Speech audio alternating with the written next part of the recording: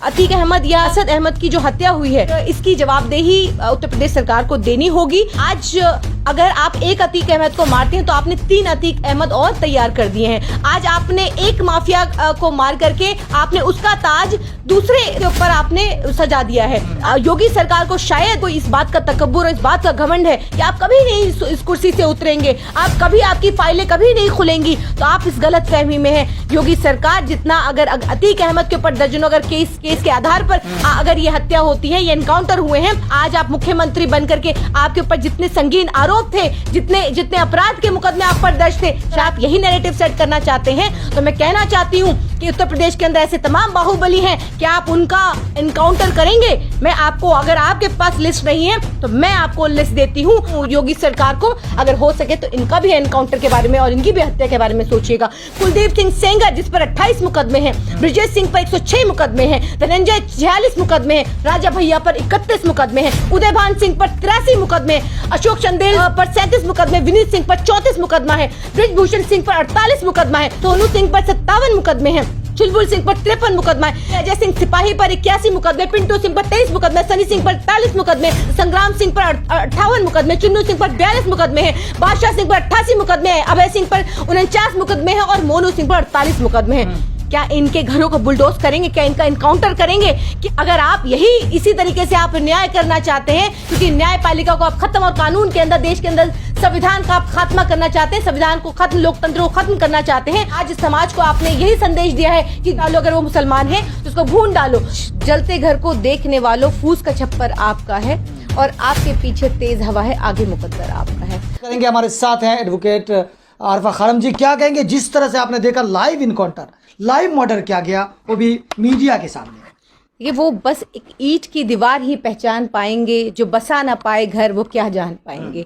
देखिए जिस तरीके से ये हत्याएं हो रही हैं, या आप एनकाउंटर कहें, हत्या कहें, लेकिन एक बात जो इन सब के बीच में से जो निकल के आई है कि वो ये है कि उत्तर प्रदेश के अंदर गुंडा राज और जंगल राज आ गया है।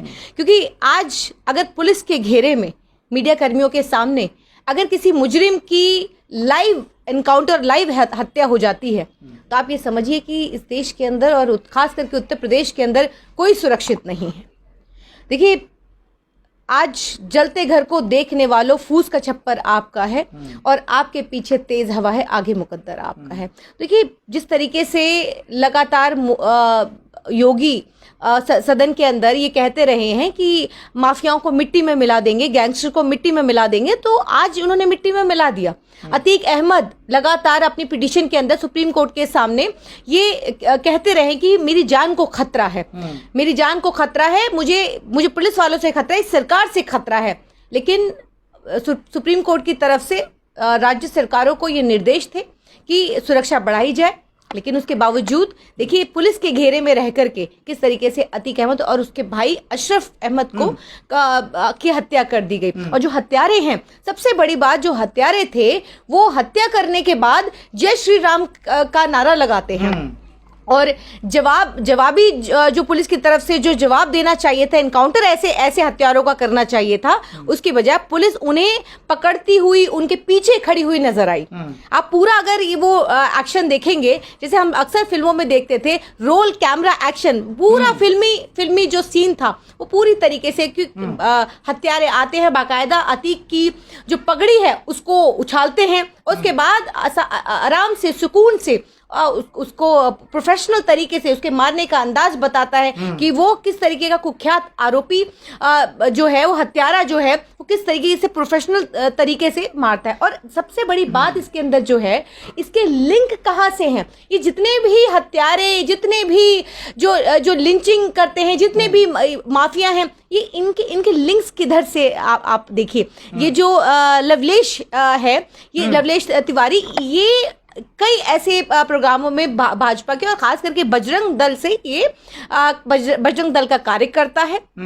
और फोटो वायरल हो रहा है स्मृति ईरानी के साथ, तो स्मृति ईरानी का करीबी माना जा रहा है ये शूटर, ये हत्यारा, जो ये सारे ही हत्यारे जो हैं, सारे क्रिमिनल भाजपा से ही क्यों होते हैं, ये बड़ा सवाल है। और देखिए जिस तरीके से तीनों आरोपी आसपास देखो अलग अलग जगह से, कोई बंदी से, कोई कोई हमीरपुर से, कोई कहीं से, तो तीनों किस तरीके से कई कितने दिनों से इस प्लानिंग को कर रहे थे, इसके पीछे कौन लोग हैं, किस तरीके से ये सारा खेल खेला गया, क्योंकि मीडिया तो इनका कत्ल पहले ही कर चुका है। जिस तरीके से देश का मीडिया लगातार ये इस अतीक अहमद के बेटे और अतीक अहमद के भाई को ये दिखा रहा था कि इनका इनकाउंटर होगा। मैं आपको दिखाना चाहती हूँ आपके कैमरे से।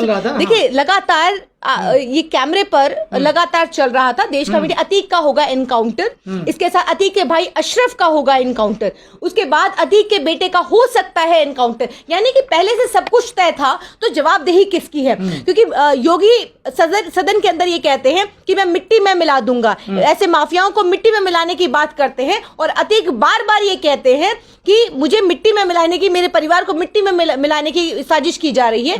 तो ये पूरी तरीके से साफ है। हम लोग जब अतीक अहमद के बेटे असद अहमद का कत्ल किया गया था, तो हम तब भी सुप्रीम कोर्ट से सुओ मोटो लेने की मांग कर रहे थे, अपील कर रहे थे कि सुप्रीम कोर्ट को सुओ मोटो लेना चाहिए और उच्च स्तरीय जांच करनी चाहिए। लेकिन सवाल यह है कि जिस तरह से रात के अंधेरे में, क्योंकि शाम का वक्त है, मेडिकल कराने जा रहे थे, तो रात में जो पुलिस है, उनके पास पुलिस है, मीडिया को ट्रायल दिया जा रहा है, मीडिया एक माफिया से बात कर रहा है सीधे सीधे, उसके बाद पुलिस एक्टिव नहीं है और अपराधी आके आते हैं। लोग जो न्यूज़ में चल रहा है, जो बाइट आ रही है, लोग अपनी बात कह रहे हैं। जो चश्मदीद है वो ये कह रहे हैं कि पुलिस बैठा के गाड़ी मलाई है। कहाँ तक सच है? क्योंकि देखिए जिस तरीके से चश्मदीदों के जिस तरीके से गवाही दे रहे हैं, चश्मदीद कह रहे हैं कि ये तीनों जो हत्यारे हैं पुलिस की गाड़ी में बैठकर आते हैं, मीडिया का कार्ड होता है उनके पास, और मीडिया के कार्ड किस तरीके से इनके मीडिया के कार्ड बनते हैं, पुलिस वाले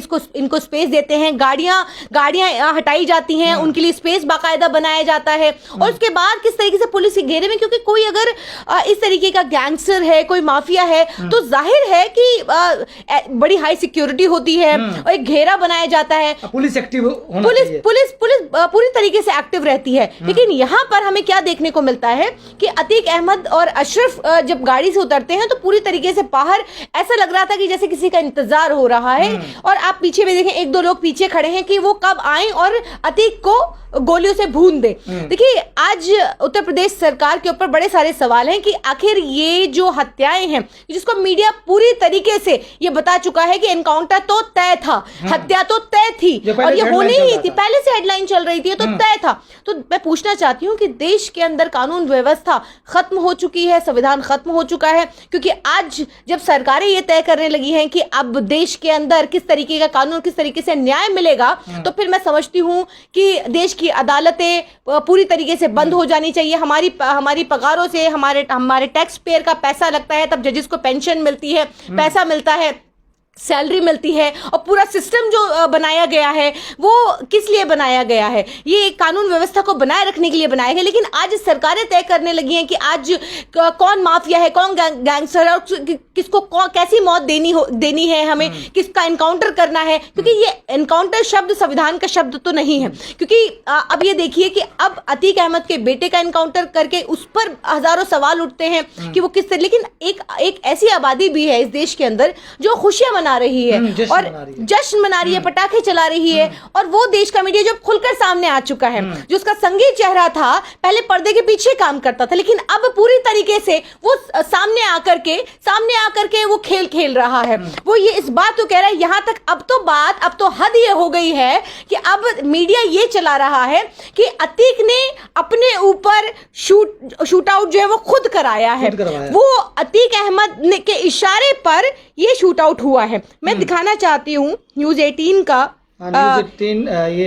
मैं दिखाना चाहती हूँ आपको कि न्यूज 18 ने किस तरीके की खबर अपने न्यूज पे चलाई है। इससे बहुत कुछ साफ होता है कि अतीक के इशारे पर आए थे शूटर।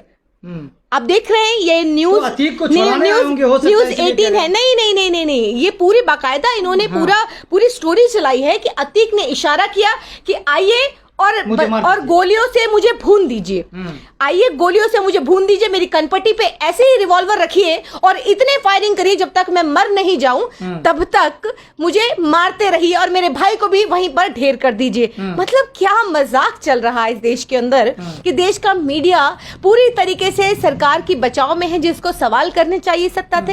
लेकिन आज जो लोग थे, जो पुलिस वाले वहां पे थे, उनको तो योगी सरकार ने मीडिया ये चला रही कि बहुत तेजी से कार्रवाई करते हुए सस्पेंड कर दिया गया है, तो कार्रवाई तो कर रही है ना। देखिए, सस्पेंड करना या कहते हैं उन हत्यारों को पकड़ लेना, मैं समझती हूं कि ये एक और बड़ा मजाक है, क्योंकि जो कातिल है वही अब वो इंसाफ करेगा, वही अब उनको पकड़ेगा। तो मैं समझती हूं कि अब बिल्किस बानो के आरोपियों को भी उसी तरीके से छोड़ा गया था। जब देश की प्राचीर से प्रधानमंत्री महिला सम्मान की बात कर रहे थे, उसी वक्त उन 11 आरोपियों को छोड़ करके, मिठाई खिला करके, और भाजपा के अंदर एंट्री मिली और उसके बाद भाजपा से टिकट दे करके उनको चुनाव भी लड़ाया गया। तो ये उसी तरीके का मजाक किया जा रहा है कि इनको पकड़ा गया है। और क्योंकि ये जय श्री राम का नारा लगाते हैं, ये कोई सरफिरे नहीं थे कि कोई एक सरफिरा था और उसके दिमाग में कोई बात आई और वो चल पड़ा। ये बाकायदा पूरी प्लानिंग, तीनों लोग। एक चीज देखते हैं कि जब भी जैसे लिंचिंग होती है, ये शब्द बहुत ज्यादा सुनने को मिलता है लिंचिंग के वक्त भी,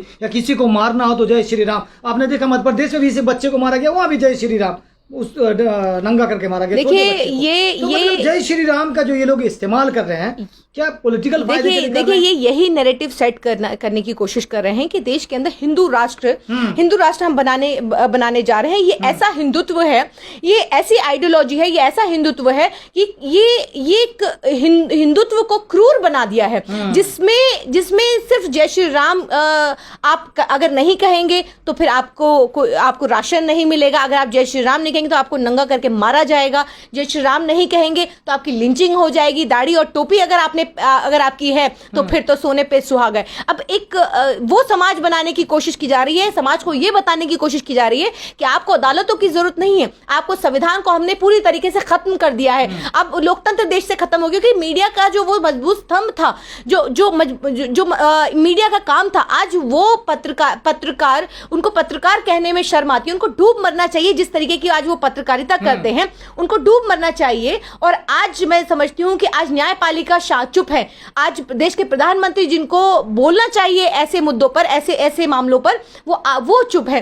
तो आप ये समझिए कि आज उत्तर प्रदेश के अंदर गुंडा राज, जंगल राज आ चुका है। और जब पुलिस के घेरे में मीडिया कर्मियों के सामने लाइव जब वो गुड्डू मुस्लिम के बारे में बताने की कोशिश कर रहा था अतीक अहमद, तो उसी वक्त उसको मार दिया गया। तो यानी कि आप पूरी तरीके से उसकी फाइलें बंद करना चाहते हैं। जैसे विकास दुबे की फाइल को आपने पूरी तरीके से बंद कर दिया, क्योंकि विकास दुबे किनके लिए खतरा था सब जानते हैं कि जब तक प्रशासन के साथ मिलकर काम करता था, सरकारों के साथ मिलकर काम करता था, तब तक विकास दुबे के साथ आपकी सांठगांठ थी। लेकिन वही जब उसने कई अधिकारियों को मौत के घाट उतार दिया, तो फिर आपको उसको मौत की घाट उतारना पड़ा, उसकी गाड़ी पलट जाती है, उसका एनकाउंटर करना पड़ता है। तो देखिए, मैं भी एक वकील हूँ और वकील होने के तौर पर मैं इतनी बात समझती हूँ कि ऐसे जिस तरीके से एनकाउंटर ये हो रहे हैं, मैं भी क्रिमिनल केसेस करती हूँ, तो मुझे मालूम है कि जब साइट सीन को हम देखते हैं, प्लान करते हैं, साइट सीन को